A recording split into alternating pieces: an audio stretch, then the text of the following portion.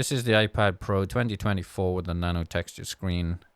I have been painting on it for about a month and I wanted to share with you if I think it is worth the extra cost.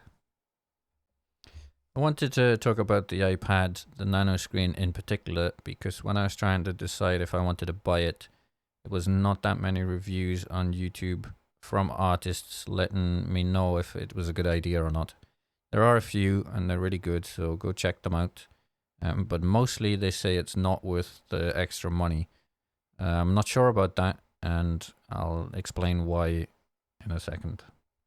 Let's start off and talk about the obvious problem, the crazy price that you need to pay to get the nano version. I don't need the extra memory or the hard drive space, and most likely you don't either. Otherwise, it would be an easy decision to add the extra cost.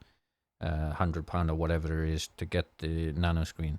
So if you want the big terabyte or bigger, you might as well get the nano screen. So it should be an easy decision. If you're like me and you just wanted the smallest version, which I had on the M1 and an M2, which were more than powerful enough, more than big enough storage, then this comes pretty annoying because the markup in pounds was like £700 or something crazy. I really didn't want to pay that, and it is very annoying that Apple didn't just put the add-on to the base level version of the iPad. I'm sure they did it on purpose because they love a cash grab and they do it with everything. Saying that, obviously I did buy it. As you can see, I'm painting on it right now, and I'm gonna let you know if I think it was worth it or not. But we can't get around that the price is insane and they shouldn't do that.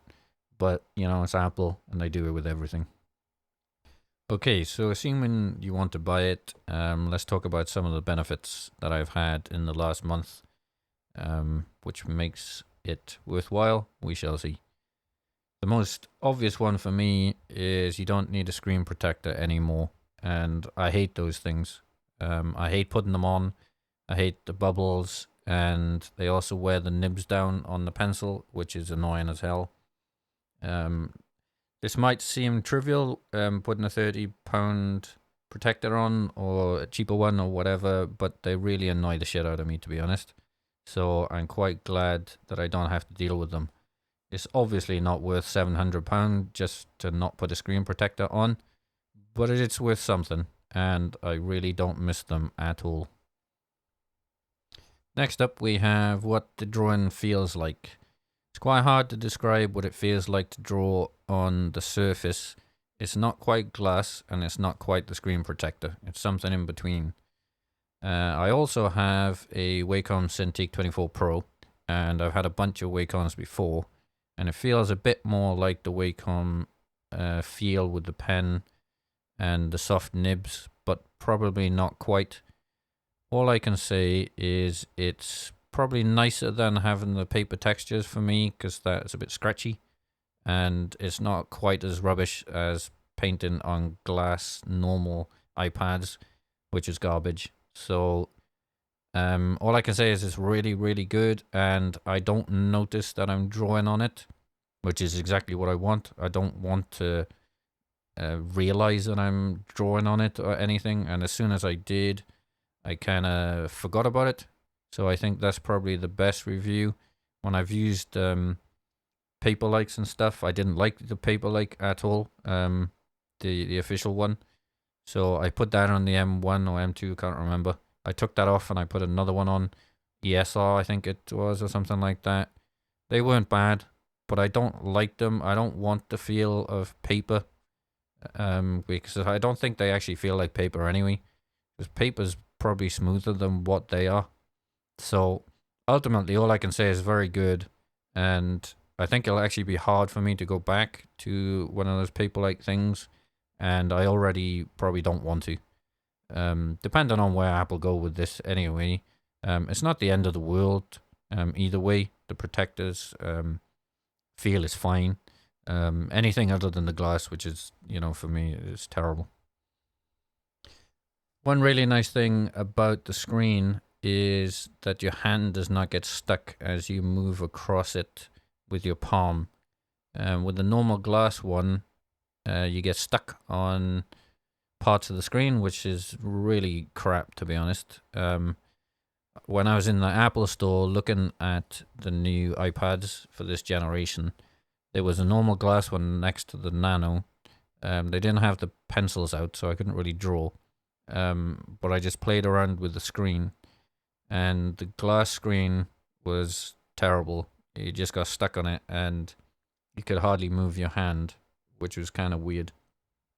And next to the normal one was the Nano, and as soon as I touched it, I almost thought I need to buy it right now. I actually didn't. I still took my time and left the store and didn't come out with a stupidly expensive iPad that day. But not much longer, as you can tell. So I'm not sure if this sounds like a big deal, but it is. When you put the screen protectors on, it's not so bad there too. So it's not massively different from when you put the screen protector on. And I'm pretty sure every artist put a screen protector on anyway. So when the protector's on, it's similar, but it's still better. If you have a Cintiq, it's pretty similar to that. Cintiqs, you don't get stuck on the screen either. So I think Apple have been playing around with Cintiqs and the Huions and the XP pens or whatever, and they've tried to make the nano texture screen like those, I think, because it feels very similar to the Wacoms, and the Wacoms feel great, to be honest. I've never had a problem with the Cintiqs. Cintiqs are amazing. If they had the responsiveness of the iPad and things like Procreate and stuff, Wacom would do incredibly well. I mean, they do well now anyway, but they would do much better. But if you're wondering, the Wacoms, you know, they're laggy and the software's not so good, so they're kind of behind the iPad these days. But the feel of the actual hardware of the Wacom is very good, and the Cintiq with the Nano is very much like the Cintiq. So not having your hand get stuck is great. I know you can wear one of those gloves, but I don't like wearing those things. They get hot, and yeah, I'd like to just grab the pencil and get on with it. It might not sound like a big deal, but I think it is. I don't really take my iPad outside ever. Well, before the nano screen, the reflections are so bad I probably wouldn't even bother. And it wasn't bright enough to be able to see what I was doing anyway. But that might change with this one. The screen is a lot brighter. I'd say like 20%, something like that. The standard one is the same brightness, I believe, or it could even be slightly brighter. So obviously getting a new one is going to be brighter either way. So, I mean, it is a Pro, but not between either one. I suspect they're just as bright. But one thing is really cool is the anti-glare is amazing on the new iPad with the Nano. I just like that it doesn't reflect things. Again, going to Cintiqs, if you got one of those or played with one of those, is similar. You don't really see the massive reflections on Cintiqs either. And again, the Nano is pretty similar. You probably know already it's got a bezel around the edge of the Nano where it isn't anti-glare, and you can see what it would be like if it didn't. And yeah, it's like a mirror, which is kind of crazy. You can probably see in my video what I'm painting. You can see my studio light reflecting on the edges. I didn't really bother hiding that. I could hide it, but because it's on the edges, I don't need to bother so much. Which brings me on to the final benefit, which I don't think anybody has talked about, which is a really big deal for me.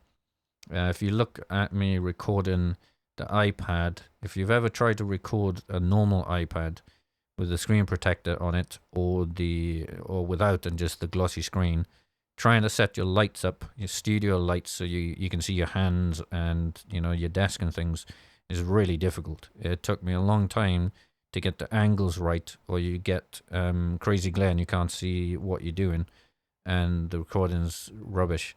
It can be done, there's lots of people who've done it, and they have nice, awesome looking videos. So I'm not saying it can't be done, but they have to use giant big softboxes, and they have to get the right angles and everything. And if you only got a little studio space, that's very difficult.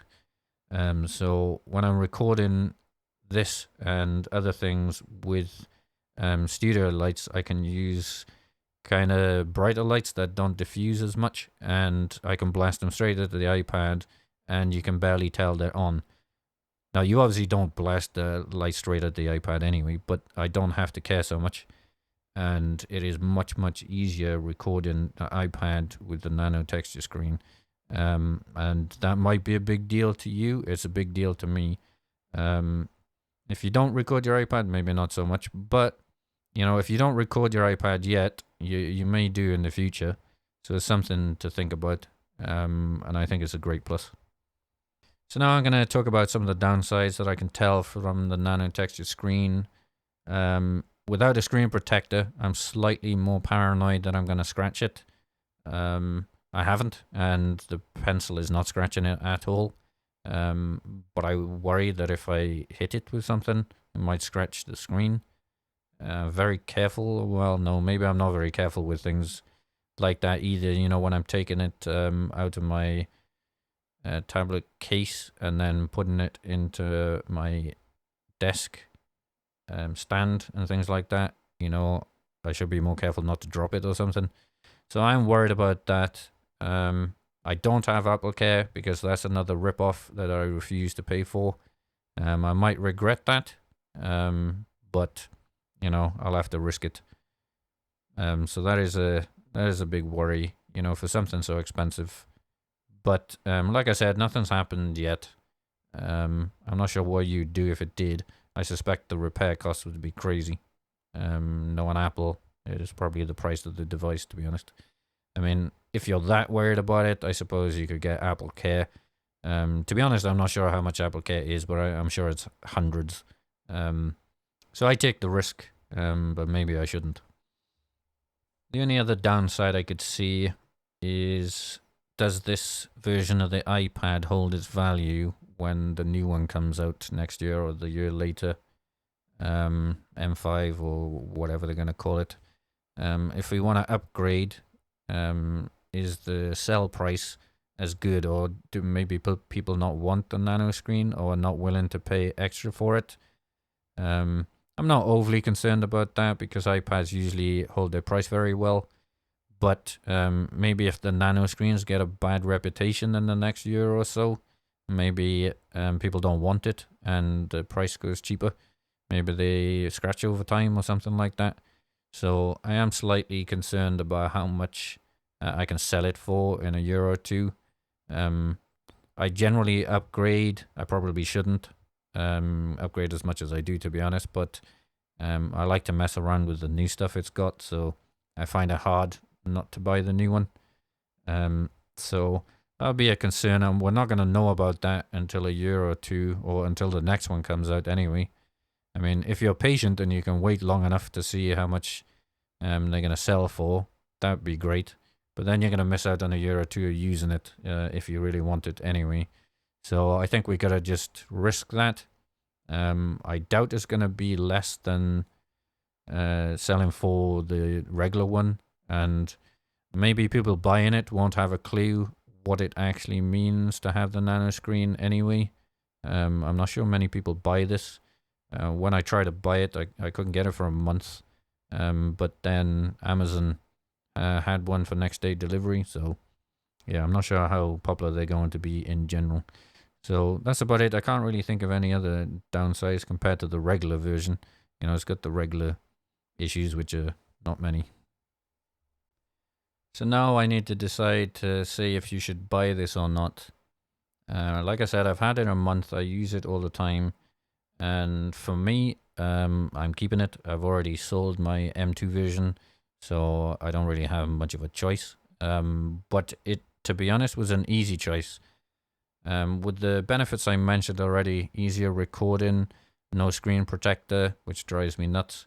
The feel of it, the hand not getting stuck, and the anti-glare, etc.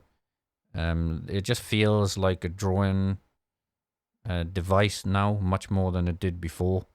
It was more generic for everybody, but this version seems like it's made for drawing. Although Apple, I don't think have actually said that.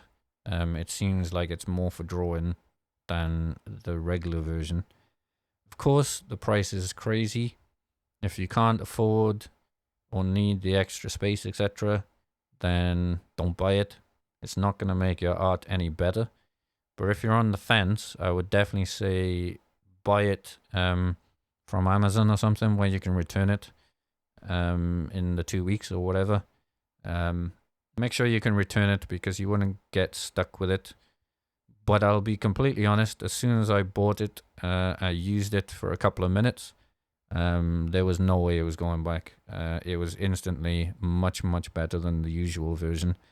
I've seen other reviewers just say you don't need it, etc. Of course you don't need it. You can produce art on the normal one or £300, crappy iPad.